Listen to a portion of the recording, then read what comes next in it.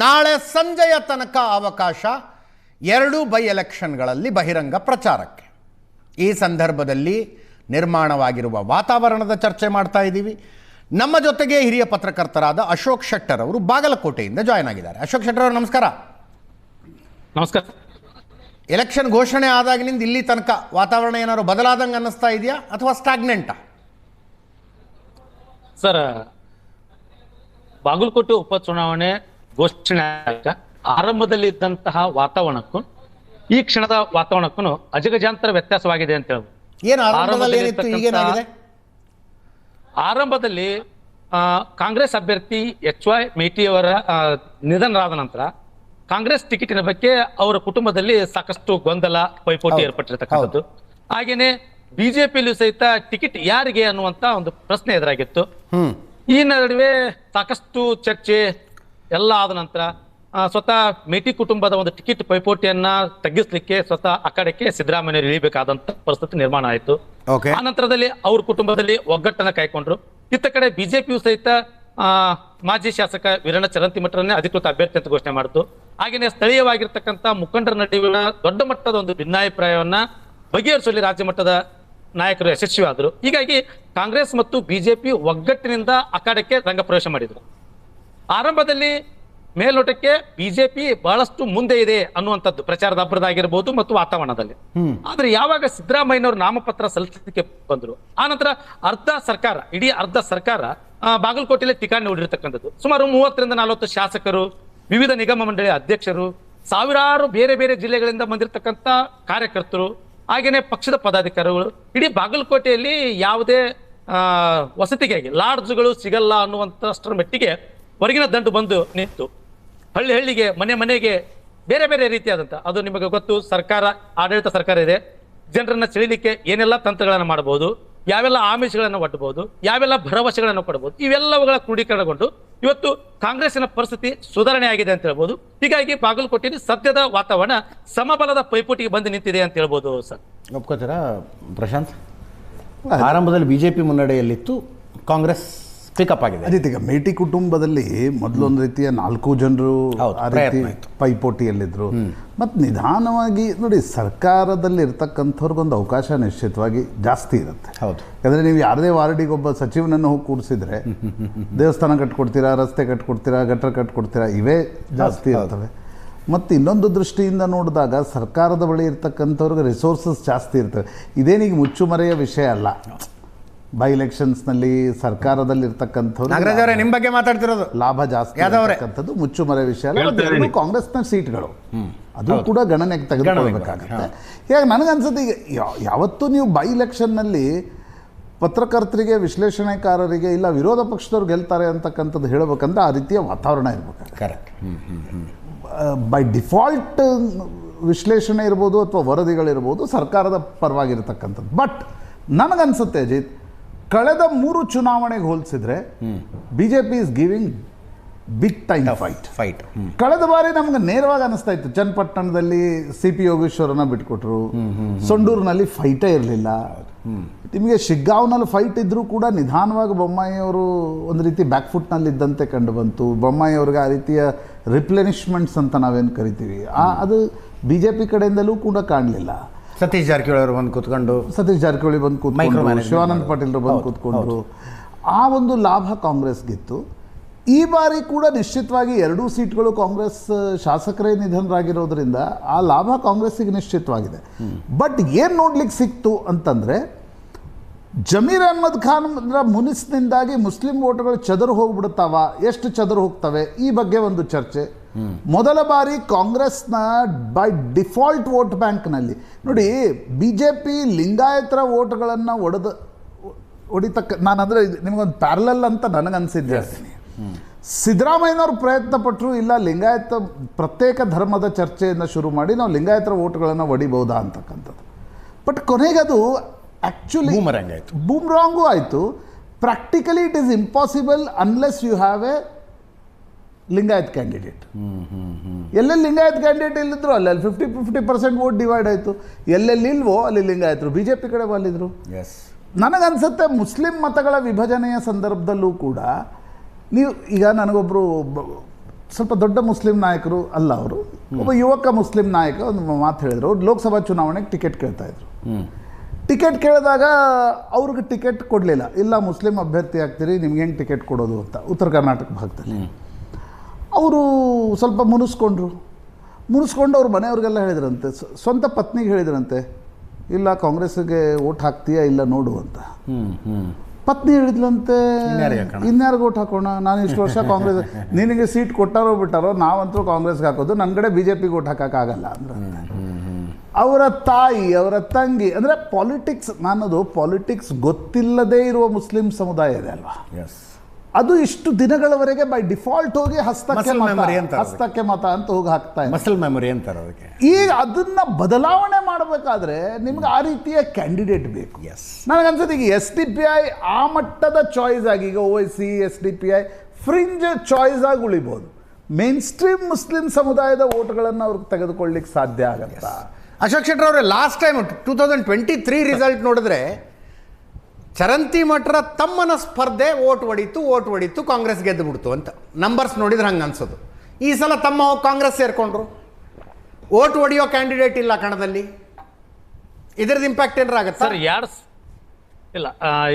2023 ಚುನಾವಣೆ ಫಲಿತಾಂಶ ನೋಡಿದಾಗ ಅವರ ತಮ್ಮನಿಂದ ವೀರಣ್ಣ ಚರಂತಿ ಮಠ ಸೋತ್ರು ಅನ್ನುವಂಥದ್ದು ಮೇಲ್ನೋಟಕ್ಕೆ ಕಂಡು ಬರ್ತದೆ. ಆದ್ರೆ ವಾಸ್ತವದ ಗ್ರೌಂಡ್ ರಿಪೋರ್ಟ್ ನೋಡಿದಾಗ ಅದು ಅಲ್ಲ ಅನ್ನುವಂಥದ್ದು. ಯಾಕಂತಂದ್ರೆ ಲಾಸ್ಟ್ ಟೈಮ್ 2023 ಚುನಾವಣೆಯಲ್ಲಿ ನೋಡ್ರಿ, ಮುಖ್ಯವಾಗಿ ಬಿಜೆಪಿಗೆ ಕೈ ಕೊಟ್ಟಿರ್ತಕ್ಕಂಥದ್ದು ಒಂದು ಕಡೆ ಈ ಭಾಗದ ಉತ್ತರ ಕರ್ನಾಟಕದಲ್ಲಿ ಜಗದೀಶ್ ಶೆಟ್ಟರಿಗೆ ಟಿಕೆಟ್ ತಪ್ಪಿರ್ತಕ್ಕಂಥದ್ದು, ಲಕ್ಷ್ಮಣ ತಪ್ಪಿರ್ತಕ್ಕಂಥದ್ದು. ಹಾಗೇನೆ ಒಳ ಮೀಸಲಾತಿ ಬಿಜೆಪಿಗೆ ಮಾರಕ ಆಯ್ತು ಅನ್ನೋಂಥದ್ದು. ಆದ್ರೆ ಈ ಒಂದು ಉಪಚುನಾವಣೆ ಒಳಗ ಈ ಮೂರು ಅಂಶಗಳು ಅಂದ್ರೆ ಜಗದೀಶ್ ಶೆಟ್ಟರ್ ಬಿಜೆಪಿ ಬಂದಿರತಕ್ಕಂಥದ್ದು, ಬಾಗಲಕೋಟೆಯಲ್ಲಿ ಟಿಕಾಣಿ ಹುಟ್ಟಿರ್ತಕ್ಕಂಥದ್ದು, ಒಳ ಮೀಸಲಾತಿ ಸದ್ಯಕ್ಕೆ ಸಿದ್ದರಾಮಯ್ಯವರಿಗೆ ದೊಡ್ಡ ತಲೆನೋವು ತಂದಿರತಕ್ಕಂಥದ್ದು ಒಳ ಮೀಸಲಾತಿ ಅಂತ ಹೇಳ್ಬೋದು. ಕಾರಣ ಏನಂದ್ರೆ ನಾವು 2023 ಚುನಾವಣೆ ನೋಡಿದ್ದೇವೆ, ಕೆಲವು ತಾಂಡಗಳಿಗೆ ಬಿಜೆಪಿ ಅಭ್ಯರ್ಥಿಗಳು ಒಳಗೆ ಹೋಗ್ಲಿಕ್ಕೂ ಸಹಿತ ಪ್ರವೇಶ ಕೊಡಲಾರದಂತ ಒಂದು ಪರಿಸ್ಥಿತಿಯನ್ನ ಅವತ್ತು ನಾವು ಕಂಡಿದ್ವಿ. ಸಂಪೂರ್ಣ ಭಿನ್ನವಾಗಿರ್ತಕ್ಕಂಥದ್ದು. ಇವತ್ತು ಬಂಜಾರ ಸಮುದಾಯದಲ್ಲಿ ದೊಡ್ಡ ಮಟ್ಟದಲ್ಲಿ ಒಂದು ಬೆಂಬಲ ಬಿಜೆಪಿಗೆ ಕಂಡು ಬರ್ತಾ ಇದೆ. ಇದು ಈ ಸದ್ಯ ಕಂಡು ಬರ್ತಕ್ಕಂಥದ್ದು. ಲಾಸ್ಟ್ ಟೈಮ್ ಈ ಎಲ್ಲಾ ವಿರೋಧಿ ಅಂಶಗಳು ಇದ್ದಾಗ್ಯೂ ಸಹಿತ ಚರಂತಿ ಮಠರು ಸೋತಿದ್ದು ಕೇವಲ 5,800 ಚಿಲ್ಲರೆ ಮತಗಳಿಂದ. ಆದ್ರೆ ಈ ಸದ್ಯ ಬಹಳಷ್ಟು ಅಂಶಗಳು ಪೂರಕವಾಗಿವೆ. ಜೊತೆಗೆ ಸಿದ್ದರಾಮಯ್ಯವರಿಗೆ ಒಳ ಮೀಸಲಾತಿಯ ಪದ್ಧತಿಗಳು ಬಹಳಷ್ಟು ಈ ಕ್ಷೇತ್ರದಲ್ಲಿ ಸ್ವತಃ ಸಿದ್ದರಾಮಯ್ಯನವರು ಈಗಾಗಲೇ 4 ಪ್ರಚಾರ ಮಾಡಿದ್ದಾರೆ. ಈ ಸತ್ಯ ಮೆರವಣಿಗೆ ನಡೆಸಿದ್ದಾರೆ, ಬಹಿರಂಗ ಸಭೆಯನ್ನ ಈ ಕೆಲವೇ ಕ್ಷಣಗಳಲ್ಲಿ ಬಹಿರಂಗ ಸಭೆಯನ್ನು ಉದ್ದೇಶಿಸಿ ಮಾತನಾಡಿದ್ದಾರೆ, ನಾಮಪತ್ರ ಸಲ್ಲಿಸಲಿಕ್ಕೂ ಬಂದಿದ್ದಾರೆ. ಅಂದ್ರೆ ಒಟ್ಟಾರೆಯಾಗಿ 6 ದಿನಗಳು ಬಂದಂಗಾಯ್ತು. ಸುಮಾರು 16 ಸಾರ್ವಜನಿಕ ಸಭೆಗಳನ್ನ ಉದ್ದೇಶಿಸಿ ಮಾತನಾಡಿದ್ದಾರೆ. ಬಾದಾಮಿಯಲ್ಲಿ ಅವರು ಸ್ವತಃ ಚುನಾವಣೆ ನಿಂತಾಗ ಕೇವಲ ಅವರು ಪ್ರಚಾರಕ್ಕೆ ಕೊಟ್ಟಿರ್ತಕ್ಕಂಥ ಅವಧಿ 1 ದಿವಸ. ಇವತ್ತು 16 ಸಭೆಗಳನ್ನ ಮಾಡಿದ್ದಾರೆ, 6 ದಿನಗಳಲ್ಲಿ ನಿಂತಿದ್ದಾರೆ. ಅಂದ್ರೆ ಬಾಗಲಕೋಟೆ ಪರಿಸ್ಥಿತಿ ಹೇಗಿದೆ ಅನ್ನುವಂಥದ್ದು ಅವರಿಗೆ ಮಾಹಿತಿ ಬಂದಿರತಕ್ಕಂಥದ್ದು. ಯಾಕಂದ್ರೆ ಮುಖ್ಯವಾಗಿ ಬಾಗಲಕೋಟೆ ಸಿಟಿ ಏನಿದೆಯಲ್ಲ, ಅದು ಬಾಗಲಕೋಟೆ ಸಿಟಿ ಕಾಂಗ್ರೆಸ್ಗೆ ದೊಡ್ಡ ಒಂದು ಆಗಿದೆ ಅಂತ ಹೇಳ್ಬೋದು. ಎಲ್ಲಾ ಕಡೆ ಹೋದ್ರು, ಬಾಗಲಕೋಟೆ ನಗರ, ಹಳೆಯ ಬಾಗಲಕೋಟೆ ಆಗಿರ್ಬೋದು, ನವನಗರ ಆಗಿರ್ಬೋದು, ವಿದ್ಯಾಗಿರಿ ಆಗಿರ್ಬೋದು, ಇಲ್ಲೆಲ್ಲ ಅವರಿಗೆ ನಿರೀಕ್ಷಿತ ರೀತಿಯಾದಂತಹ ಬೆಂಬಲ ಕಂಡು ಬರ್ತಾ ಇಲ್ಲ. ಇದು ಬಿಜೆಪಿಗಿಂತ ಇದು ಆಡಳಿತ ಕಾಂಗ್ರೆಸ್ ಪಕ್ಷವನ್ನು ನಿದ್ದೆಗೆಡಿಸಿದೆ ಅಂತ ಹೇಳ್ಬೋದು. ಹೀಗಾಗಿನೇ ಸುಮಾರು 14ಕ್ಕೂ ಹೆಚ್ಚು ಸಚಿವರು, 30ಕ್ಕೂ ಹೆಚ್ಚು ಶಾಸಕರು ಹಳ್ಳಿಗಳಲ್ಲಿ ಓಣಿಗೆ ಒಬ್ಬರು ಶಾಸಕರು ಕೆಲಸ ಮಾಡ್ತಾ ಇದ್ದಾರೆ. ಶೆಟ್ಟರ್ ಸಾಹೇಬ್ರೆ, ನಾವೇ ಎಷ್ಟೇ ಇಫೆಕ್ಟ್ಗಳು ಆ ಕಾರಣ ಈ ಕಾರಣ ಹೇಳಿದ್ರು, ಬೈ ಎಲೆಕ್ಷನ್ಸ್ ನಾವು ಬಹಳಷ್ಟು ನೋಡಿದ್ವಿ. ಕತ್ತಲ್ ರಾತ್ರಿ ಎಷ್ಟು ಮಾಡ್ತದ ಅಂತ ಕೇಳ್ಬೋದಾ? ನಂಗೆ ಗೊತ್ತಿಲ್ಲ. ಕತ್ತಲ್ ರಾತ್ರಿಯನ್ನ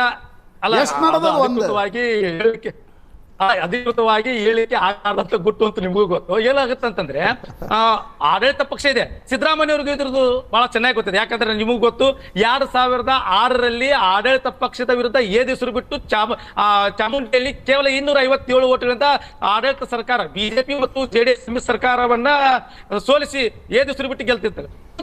ಈಗ ನಾವು ಯಾಕೆ ಇಲ್ಲಿ ನಿರೀಕ್ಷೆ ಮಾಡಬಾರ್ದು ಅನ್ನುವಂತ ನಿರೀಕ್ಷೆಯಲ್ಲಿ ಬಿಜೆಪಿ ಅವರು ಇದ್ದಾರೆ. ಅದಕ್ಕೆ ತಕ್ಕಂತೆ ತಯಾರಿಗಳು ನಡೆದವು.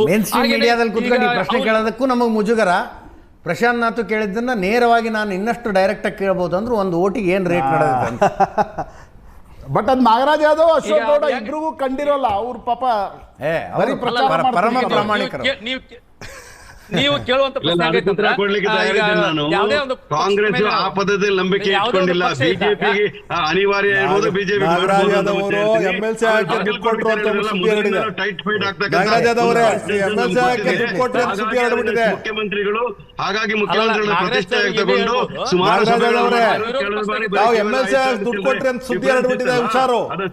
ನಾಗರಾಜ್ ಯಾದವ್ ಅವರೇ, ನಾಗರಾಜ್ ಯಾದವ್, ನಾವು ಕಾಂಗ್ರೆಸ್ಸಿನ ಸತ್ಯ ಬಿಜೆಪಿಯ ಸತ್ಯ ಅಂತ ಮಾತಾಡ್ತಾ ಇಲ್ಲ, ಪ್ರಜಾಪ್ರಭುತ್ವದ ಸತ್ಯ ಮಾತಾಡ್ತಾ ಇರೋದು. ಎರಡೂ ಕೂಡ ಅರ್ಥ ಮಾಡ್ಕೋಬೇಕು. ಇದು ಜನರಲ್ ಎಲೆಕ್ಷನ್ ಅಲ್ಲ. ಬೈ ಎಲೆಕ್ಷನ್ ಗಳಲ್ಲಿ ಖಂಡಿತವರೆಗೂ ಆಡಳಿತ ಪಕ್ಷದ ಪರವಾಗಿ ಜನ ನಿಂತ್ಕೊಳ್ತಾರೆ. ಎರಡನೇದು ಹೇಳ್ಬೇಕಂದ್ರೆ ನಾವು ನುಡಿದಂತೆ ನಡೆದಿರ್ತಕ್ಕಂಥವ್ರು ನಮ್ಮ ಮ್ಯಾನಿಫೆಸ್ಟೋ ಕೊಟ್ಟ ಮಾತುಗಳನ್ನ ಇಂಪ್ಲಿಮೆಂಟ್ ಒಂದೇ ಒಂದು ಇಂಪ್ಲಿಮೆಂಟ್ ಆಗಿಲ್ಲ. ನೀವು 4 ಗ್ಯಾರಂಟಿಗಳು ಸಹ ಫೇಲ್ ಆಗಿದೆ ಅಂತ ಜನ ಮಾತಾಡ್ತಾರೆ. ಒಬ್ರಾದ್ಮೇಲೆ ಎಸ್ ಅಶೋಕ್ ಶೆಟ್ರೆ, ಈಗ ಸರ್, ಈಗ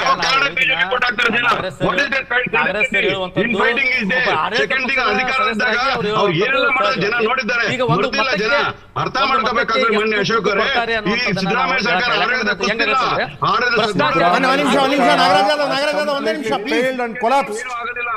ಒಂದೇ ನಿಮಿಷ please. Leading Karnataka to crisis with full corruption and leading to communalization of Karnataka politics and Karnataka ಜನತೆ. ಕರಪ್ಷನ್ ಅಂತಂದ್ರೆ ಕಾಂಗ್ರೆಸ್ ಅಂದ್ರೆ ಕರಪ್ಷನ್. ಅಶೋಕ್ ಅವ್ರೆ ಪ್ಲೀಸ್ ಪ್ಲೀಸ್. ನಾಗರಾಜ್ ಯಾದವ್ ಅವರೇ, ನಾನು ತಮ್ಮ ಮ್ಯಾನಿಫೆಸ್ಟೋದ 78 ಭರವಸೆಗಳನ್ನ ಓದಿದ್ದೇನೆ. ತಾವು ಮಾಡಿರ್ತಕ್ಕಂಥ ಭರವಸೆಗಳೆಲ್ಲವೂ ಸಹ ಹಸಿ ಸುಳ್ಳು. ನೀವು 6ನೇ ಗ್ಯಾರಂಟಿ ಆದಂತ ಆಶಾ ಕಾರ್ಯಕರ್ತೆಯರಿಗೆ, ಅಂಗನವಾಡಿ ಕಾರ್ಯಕರ್ತರಿಗೆ ಸಂಬಳ ಕೊಟ್ಟಿಲ್ಲ. ಇವತ್ತು ಜನರಲ್ ಎಲೆಕ್ಷನ್ ಮಾತಾಡೋದು, ಬೈ ಎಲೆಕ್ಷನ್ ಮಾತಾಡ್ತಾ ಇದ್ದೀವಿ. ಸುಳ್ಳು ಹೇಳ್ತಾರೆ ನಾಗರಾಜ್ ಯಾದವ್ ಅವರು. ಜನರಲ್ ಎಲೆಕ್ಷನ್ ಇನ್ನೆರಡು ವರ್ಷ ಬಿಟ್ಟು ಇದೇ ಮಾತಾಡ್ಬೇಕು ನೀವು. ಅಲ್ಲಲ್ಲ, ಬೈ ಎಲೆಕ್ಷನ್ ಮಾತಾಡ್ತಿದ್ವಿ, ಬೈ ಎಲೆಕ್ಷನ್ ವಿಷಯ ಮಾತಾಡ್ತಿದ್ವಿ. ಬೈ ಎಲೆಕ್ಷನ್ ಏನ್ ಮ್ಯಾಟರ್ ಆಗುತ್ತೆ, ಏನ್ ಮ್ಯಾಟರ್ ಆಗೋದಿಲ್ಲ ಗೊತ್ತಿಲ್ವಾ ನಮ್ಗೆ? ಕಾಂಗ್ರೆಸ್ ಪಾರ್ಟಿ ಅಂದ್ರೆ ಬಿಟ್ರೆ ಸುಳ್ಳು, ಅವ್ರ ಮನೆ ದೇವರೇ ಸುಳ್ಳು. ಎಸ್ ನಾಗರಾಜ್ ಯಾದವ್ ಅವರೇ, ನಿಮ್ ಕ್ಯಾಂಡಿಡೇಟ್ ಎಷ್ಟು ಖರ್ಚು ಮಾಡ್ತಾರೆ ಅಂದ್ರೆ ಚುನಾವಣಾ ಆಯೋಗ ನಿಗದಿಪಡಿಸಿದಷ್ಟೇ ಖರ್ಚು ಮಾಡ್ತಾರೆ ಅಂತೀರಿ ನೀವು? ನಾನು ಹೇಳ್ತಾ ಇದ್ದೀನಿ ಕೇಳಿ. ನಾವು ಮಾಡಿರೋ ಕೆಲಸದ ಆಧಾರದ ಮೇಲೆ ಚುನಾವಣೆಗಳು ಮಾಡ್ತೇವೆ. ಖರ್ಚು ಮಾಡೋ ಅವಶ್ಯಕತೆನೇ ಇಲ್ಲ. ಜನನೇ ದುಡ್ಡು ಕೊಡ್ಲಿಕ್ಕೆ ತಯಾರಿದ್ದಾರೆ ನಮ್ಗೆ. ಪ್ರಾಮಾಣಿಕವಾಗಿರ್ತಕ್ಕಂಥ ನಾಗರಾಜ್ ಯಾದವ್ ಇಂಪ್ಲಿಮೆಂಟ್ ಮಾಡಿರೋದಿರ್ಬೋದು, ದಾರಿಯಲ್ಲಿ ನೋಡಿದಾಗ ಜನನೇ ನಮಗೆ ಮತ ಕೊಡ್ತಾರೆ. ಚುಮ್ಮರಿ ಚಾ ಅಂತಾರಲ್ಲ, ಮಂಡಕ್ಕಿ ಚಾ ಕುಡಿದು ಎಲೆಕ್ಷನ್ ಮಾಡ್ತಾ ಇದ್ದಾರೆ ಎರಡು ಪಾರ್ಟಿಯವರು. ಎರಡನೇ ತಿಳ್ಕೊಳ್ಳಿ, ಇದು ಬೈ ಎಲೆಕ್ಷನ್ ಆಗಿದೆ. ಒಂದ್ ಮಾತು ಹೇಳ್ತೀನಿ ಕೇಳಿ. ಇವತ್ತು ಬಿಜೆಪಿ ಎಷ್ಟು ದಿವಾಳಿ ಆಗಿದ್ದಾರೆ ಅಂತಂದ್ರೆ, ಹುಚ್ಚಡಿದ ನಾಯಕರನ್ನ ಕರ್ಕೊಂಡ್ಬಂದು ಕ್ಯಾಂಪೇನ್ ಮಾಡುತ್ತಾರೆ.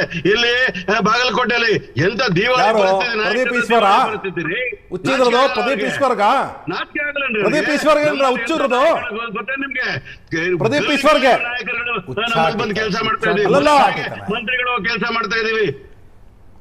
ಹಾಗಾಗಿ ಹೇಳ್ತೀನಿ ಅಶೋಕ್ ಅವರೇ, ಭ್ರಷ್ಟಾಚಾರ ಇನ್ನೊಂದು ಹೆಸರೇ ಬಿಜೆಪಿ, ಕಾಂಗ್ರೆಸ್. ಭ್ರಷ್ಟಾಚಾರ ಕಾಂಗ್ರೆಸ್, ಒಂದು ಸಣ್ಣ ಕಮ್ಯುನಲೈಸೇಷನ್ ಈಕ್ವಲ್ಸ್ ಕಾಂಗ್ರೆಸ್.